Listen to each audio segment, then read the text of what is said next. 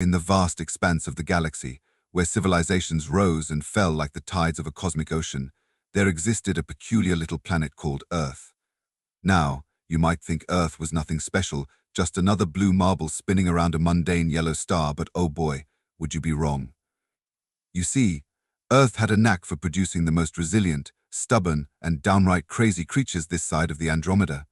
And when the Galactic Federation came knocking, well, let's just say they had no idea what they were in for. It all started on a Tuesday. Because let's face it, all the weird stuff happens on Tuesdays. The Galactic Federation's grand ambassadorial ship, the pompous circumstance, descended upon Earth with all the subtlety of a rhinoceros in a china shop. As it pierced through the atmosphere, causing sonic booms that shattered windows and set off car alarms from New York to New Delhi, the ship's captain, Zorblax the Magnificent self-proclaimed, of course, adjusted his 12 tentacles and practiced his most diplomatic smile. Earthling Zorblax's voice boomed across every radio frequency, television channel, and, inexplicably, toaster oven in the world. We come in peace. We are here to offer you membership in the glorious Galactic Federation. There was a moment of silence as 7 billion humans collectively thought, what the actual fuck? Then, as if orchestrated by some cosmic joke writer, every dog on the planet started barking at once. It was as if the entire canine population had decided that this was, indeed, the perfect moment to lose their collective shit. Zorblax, his tentacles quivering with anticipation, waited for the grand welcome he was sure would follow. After all, lesser species usually fell over themselves to join the Federation. Instead, he was greeted by a cacophony of barks, meows, and the occasional "is this another one of Elon's stunts?" Finally, a response came from the humans. It wasn't the president of any nation, nor was it a renowned scientist or a celebrated diplomat. No. The first human to address the alien visitors was Dave, a 43-year-old plumber from Hoboken, New Jersey, who had just cracked open his third beer of the afternoon. "Oi," Dave shouted, his voice somehow carrying to the ship's sensors. "You lot mind keeping it down? I'm trying to watch the game here." Zorblax blinked all 7 of his eyes in rapid succession. This was not going according to protocol. Where were the groveling masses? The awestruck scientists, the military forces trembling in their boots? Ahem, Zorblax tried again, his voice a mix of confusion and indignation. "Perhaps you misunderstand. We are offering you, humble earthlings, a chance to join the most prestigious interstellar organization in the known universe." This time, the response came from Susan, a librarian in London, who had just been about to shelve the latest romance novel in the steamy intergalactic affairs section. "Do we get dental with that?" she asked, peering skeptically at the sky. Zorblax's tentacles tied themselves into knots. This was not how first contact was supposed to go. He frantically flipped through the Galactic Diplomacy for Dummies handbook, searching for a chapter on what to do when the primitives are unimpressed. Meanwhile, in a small diner in rural Alabama, Cletus Crazypants McGee, a nickname he wore with pride, slammed down his coffee mug and declared to no one in particular, "I knew it. I told why all them aliens were real." "Who's the crazy one now, huh?" The other patrons merely rolled their eyes and continued eating their pie. After all, this was hardly the weirdest thing to happen this week. Just yesterday, Old Man Jenkins had sworn he'd seen Bigfoot riding a unicycle down Main Street. Back in the pompous circumstance, Zorblax was having a meltdown. Lieutenant Xylophone, he gurgled to his second-in-command, who, despite his name, looked more like a sentient ficus than a musical instrument.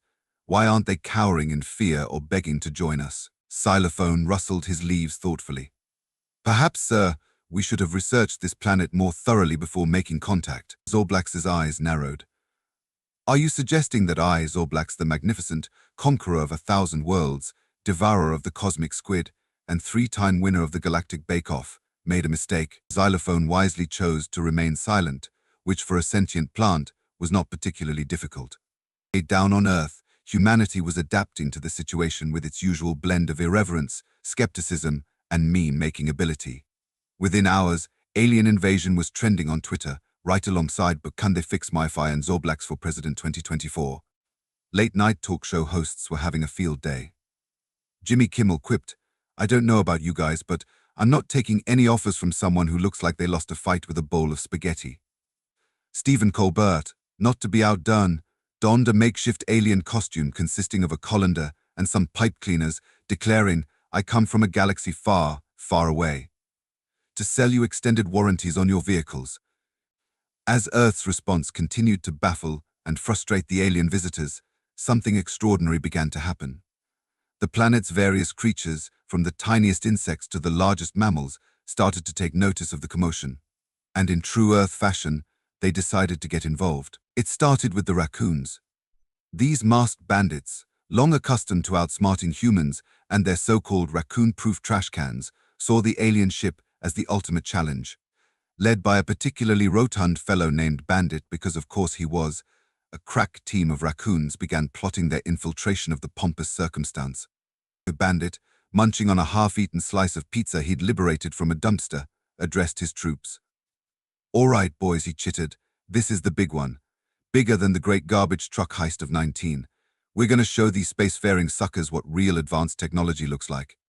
The other raccoons nodded solemnly, their little hands clasped around various shiny objects they'd stolen, thinking they might be valuable trade goods. One of them was proudly clutching a garden gnome. Meanwhile, the world's cat population had collectively decided that the best course of action was to completely ignore the alien presence. After all, if there's one thing cats excel at, it's pretending that very large, very obvious things simply do not exist. Mr. Whiskers, a distinguished Persian cat from Paris, summed up the feline stance while grooming his immaculate fur aliens. "Pa, if they were truly worthy of our attention, they would have brought offerings of tuna and catnip. Wake me when they evolve to that level of intelligence." The dogs, on the other hand, couldn't decide if they wanted to bark at the aliens, befriend them, or pee on their ship to mark it as Earth territory. In the end, they settled for a combination of all three, creating a cacophony of barks interspersed with wagging tails and the occasional lifted leg. But it was the insects that truly rose to the occasion. Ants, those tiny architects of the Earth, began formulating plans to build a bridge to the alien ship using nothing but their own bodies and sheer determination. These started a heated debate about whether alien flowers would produce better honey, and the cockroaches. Well, the cockroaches just waited patiently, knowing that no matter what happened, they'd survive it. As this chaos unfolded on Earth, poor Zorblax was reaching his breaking point. His grand speech about the benefits of joining the Galactic Federation had devolved into a series of exasperated gurgles and the occasional tentacle face palm. Why, he moaned to the uncaring universe. Why did we pick this Xorkin planet? Couldn't we have chosen a nice, simple world? One with a single government, perhaps? Or at least a species that doesn't think independence means doing exactly the opposite of what they're told? Lieutenant Xylophone, ever helpful, rustled supportively.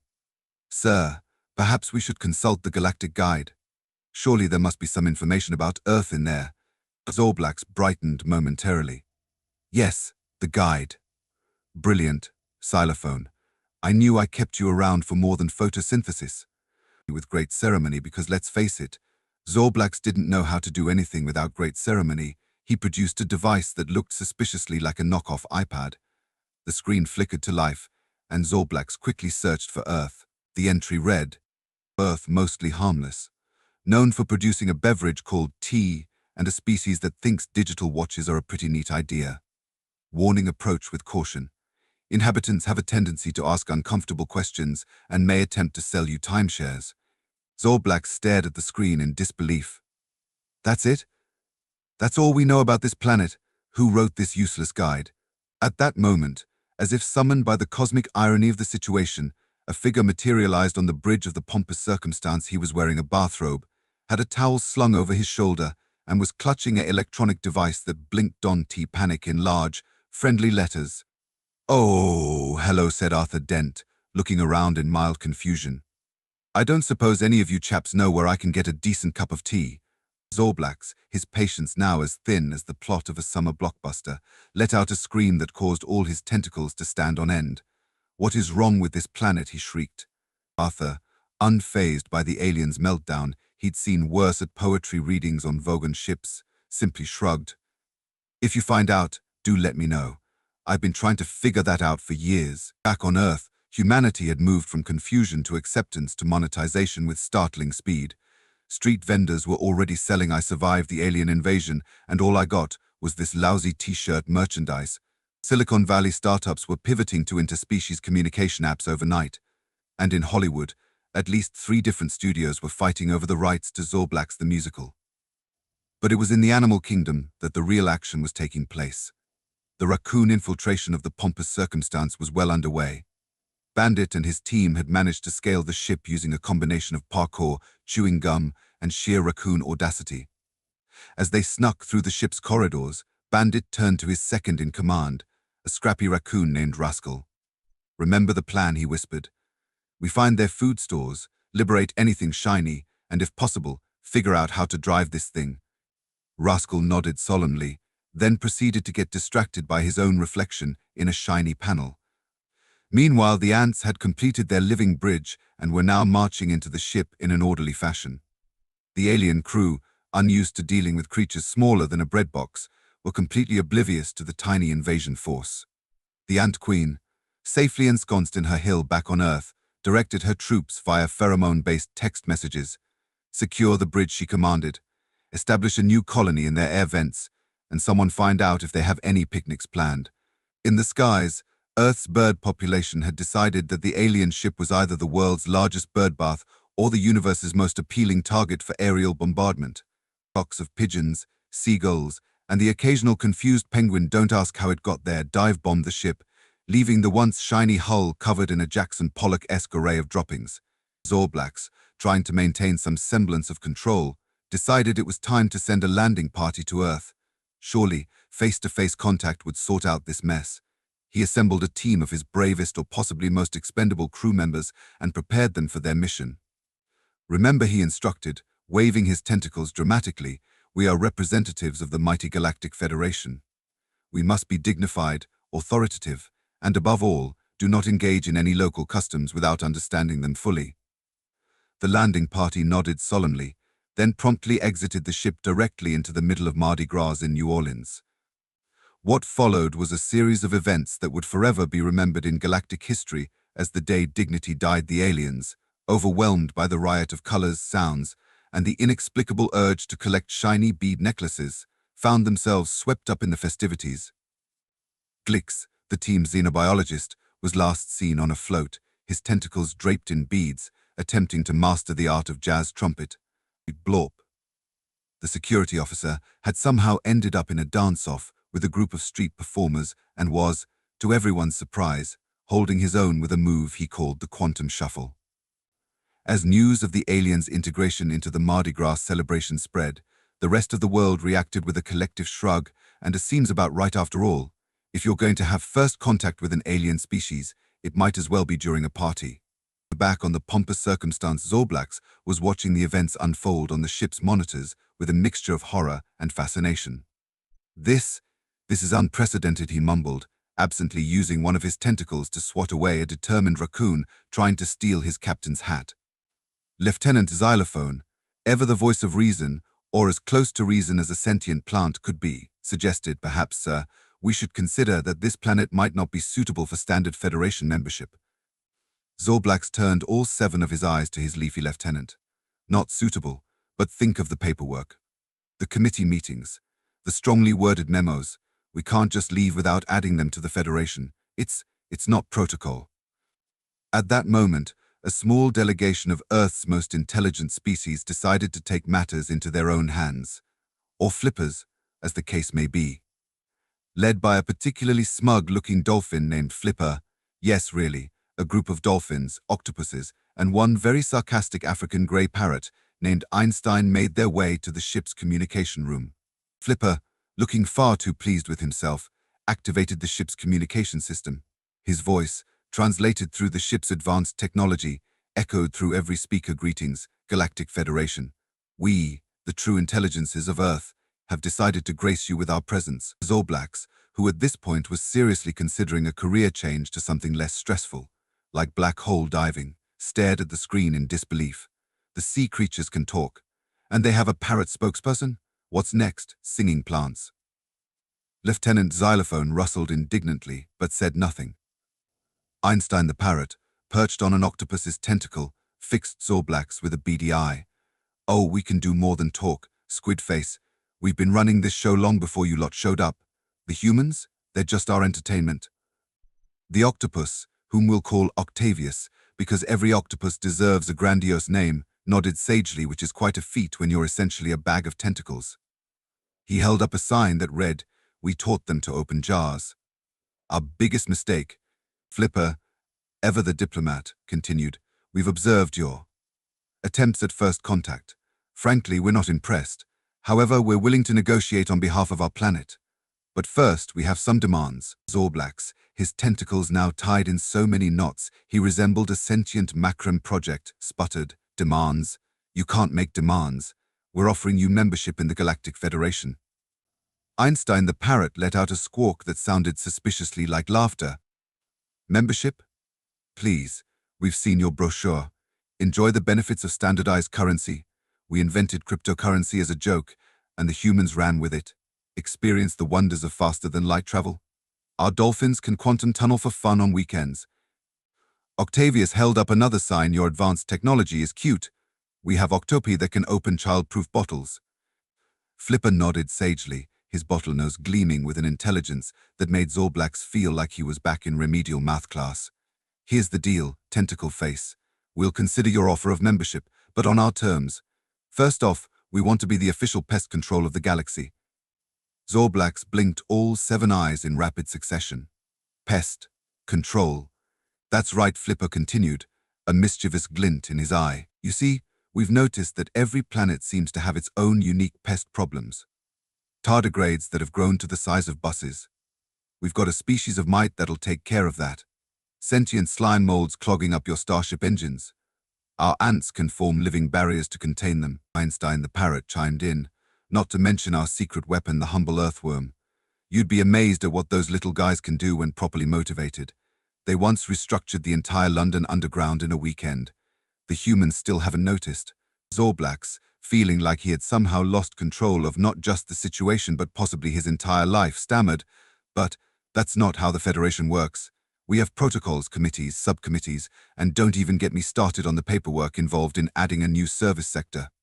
Meanwhile, back on Earth, the situation had evolved from chaos to what could only be described as a planet-wide block party. Humans, having quickly adapted to the idea of alien visitors as humans do, had decided that the best course of action was to throw the biggest, most outrageous welcome bash in the history of the galaxy. In Times Square, a group of breakdancers were attempting to teach a very confused alien the finer points of the windmill. The alien, whose physiology was more reminiscent of a jellyfish than a human, was giving it his best shot, resulting in a display that looked less like dancing and more like someone had spilled a lava lamp on the sidewalk. Over in Tokyo, a group of sumo wrestlers had challenged the aliens to a friendly match. The sight of a sumo wrestler attempting to push a bean made entirely of gas out of a ring was drawing crowds that made the Olympic Games look like a backyard barbecue. And in a small pub in Dublin, a particularly philosophical alien was engaged in a deep debate about the meaning of life with a group of locals. The conversation had been going for hours, fueled by pints of Guinness and the occasional shot of something the alien produced from a gland that, for the sake of everyone's sanity, we'll just call a space pocket. Back on the pompous circumstance, the negotiations with Earth's true intelligences were taking an unexpected turn. Flipper, clearly enjoying Zorblax's discomfort, continued, "Look, we're not asking for much. Just exclusive rights to solve pest problems across the galaxy, a seat on the Galactic Council, and, oh yes, we want to be in charge of the Federation's entertainment division." Zorblax, who was beginning to wonder if he was actually in some sort of elaborate prank show, sputtered, "Entertainment division? We don't have an entertainment division." Einstein the parrot fixed Zorblax with a look that could only be described as pity. "And it shows, darling. It shows. Have you seen your official Federation anthem? It's drier than the Sahara on a hot summer day. We'll spice things up a bit. Trust me, once you've experienced a dolphin opera or a cuttlefish light show, you'll wonder how you ever lived without it." Octavius, ever the visual communicator, held up a series of rapidly changing signs that, when flipped through quickly, created a rudimentary animation of the entire Galactic Federation Council doing the Macarena. Zorblax found himself both horrified and oddly intrigued. But what about the humans, he asked, grasping at straws. Surely they have a say in this.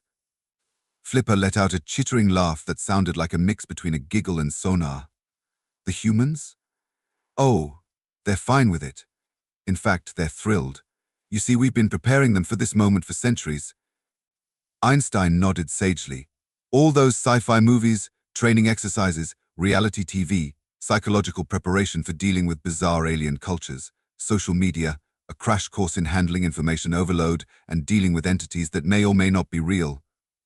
Octavius's sign read, "We even got them to invent something called influencers as practice for interstellar diplomacy."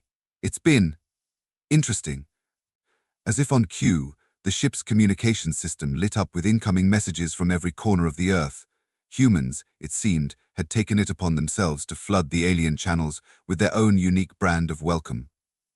A group of YouTubers were live streaming their attempts to unbox the alien ship, complete with over-enthusiastic reactions and sponsorship deals. This alien invasion is brought to you by Raid Shadow Legends, echoed through the ship's speakers. Instagram influencers were posting selfies with bewildered-looking aliens, complete with hashtags like Alien Bestie and Intergalactic Lup. One particularly enterprising influencer had already started a 10-day alien diet challenge. Twitter was ablaze with hot takes, memes, and the inevitable arguments about whether the aliens' tentacles were cultural appropriation of Earth's octopi. And on TikTok. Well, let's just say that the Intergalactic Dance Challenge was going viral faster than you could say, "Beam me up, Scotty." Zorblax, his tentacles now so tangled that he resembled a particularly distressed ball of yarn, turned to Lieutenant Xylophone in desperation. "What do we do? This isn't in any of the protocols." Xylophone, who had been quietly photosynthesizing throughout this entire ordeal, rustled thoughtfully. "Sir, if I may, perhaps it's time we considered that Earth might have more to offer the Federation than we initially thought." Zorblax blinked in surprise. It was possibly the most words Xylophone had ever strung together at once. "What do you mean?" "Well," Xylophone continued, his leaves quivering with what passed for excitement in a plant, "look at how quickly they've adapted to our presence. Their creativity, their resilience, their ability to turn any situation into an excuse for a party. These are qualities that could be invaluable to the Federation." Flipper nodded approvingly. "The ficus gets it. Plus, think about it, you'll never have to worry about dull diplomatic functions again. Need to negotiate a tricky peace treaty, throw in a few Earthcats, and watch as even the most hardened warlords are reduced to cooing piles of mush." Einstein chimed in, "And let's not forget the humans' secret weapon, their ability to complain about literally anything. Harness that power, and you'll have the most efficient quality control department in the galaxy." Octavius's sign read, "Plus, our T-shirt cannon technology is light years ahead of anything else in the universe."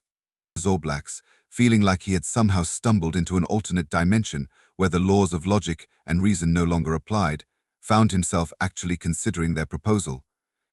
After all, the Federation's last attempt at galactic pest control had ended with an entire solar system being overrun by what could only be described as cosmic dust bunnies. "All right," he said finally, his tentacles slowly unknotting themselves. "Let's say, hypothetically, we agree to your terms. How exactly would this work?" Flipper's grin grew even wider, if that was possible for a dolphin. "Oh, we've got it all worked out. The raccoons will handle all covert operations and trash management, trust me. You haven't seen efficient recycling until you've watched a raccoon work. The dogs will be in charge of security and morale. Nothing boosts troop spirits like a good belly rub. Cats will handle diplomacy. Their ability to look unimpressed by literally anything will be invaluable in high-stakes negotiations." Einstein puffed up his feathers importantly. "Birds will manage communications and air traffic control. We've been practicing by dive-bombing humans for centuries." Octavius's signed flip booked through a series of images outlining how octopi would revolutionize the Federation's tech support. The last image showed an octopus simultaneously operating 8 different help desk stations, each tentacle wearing a tiny headset. And the human Zorblax asked, almost afraid to hear the answer. Flipper exchanged a look with his fellow Earth representatives. "The humans will do what they do best: adapt, innovate, and turn every challenge into an internet meme. Trust me, there's no problem in the galaxy that can't be solved by a well-placed cat meme or a viral dance challenge." As if to prove Flipper's point, at that very moment, the ship's sensors picked up a new transmission from Earth. It was a video of a human, an alien, a raccoon, and what appeared to be a very confused flamingo attempting to perform the choreography to Thriller. It had already garnered several billion views across the galaxy. Zorblax found himself chuckling despite himself. It was absurd, chaotic, and completely against every protocol he'd ever known. In other words, it was perfectly Earth. Very well, he said, straightening his captain's hat, which a raccoon had helpfully bedazzled with sequins stolen from the Mardi Gras float. I'll have to run this by the Galactic Council, but I think we might have the beginnings of an agreement here. And so, with a handshake or a tentacle shake, or a flipper bump, depending on the species involved, a new era of galactic cooperation was born. Earth officially joined the Galactic Federation, bringing with it a menagerie of creatures ready to tackle the universe's weirdest and wildest problems. In the years that followed, the galaxy would never be the same. Cosmic dust bunnies met their match in Earth's mighty tardigrades. Intergalactic diplomatic crises were averted with the strategic deployment of kitten videos. And if occasionally a planet found itself overrun with raccoons or inexplicably redecorated by a flock of magpies, well, that was just the price of progress. As for Zorblax, he eventually embraced Earth's unique approach to galactic membership. He could often be found in his office, tentacles tapping away at a keyboard as he tried to master the art of the reaction GIF. After all, in this new, Earth-influenced galaxy, you never knew when you might need to express yourself with a perfectly timed meme. And so, dear readers, the next time you look up at the stars, remember somewhere out there, a highly advanced alien civilization is probably watching cat videos, trying to figure out how to open a child-proof bottle, or attempting to explain to their superiors why the latest peace treaty is written entirely in emoji. Because in the end, it turns out that humanity's greatest contribution to the galaxy wasn't our technology, our art, or even our questionable fashion choices. It was our ability to face the vast, terrifying unknown of space and say, "Hold my beer and watch this." And if that isn't humanity at its finest, well, then we don't know what is the end. Or is it just the beginning?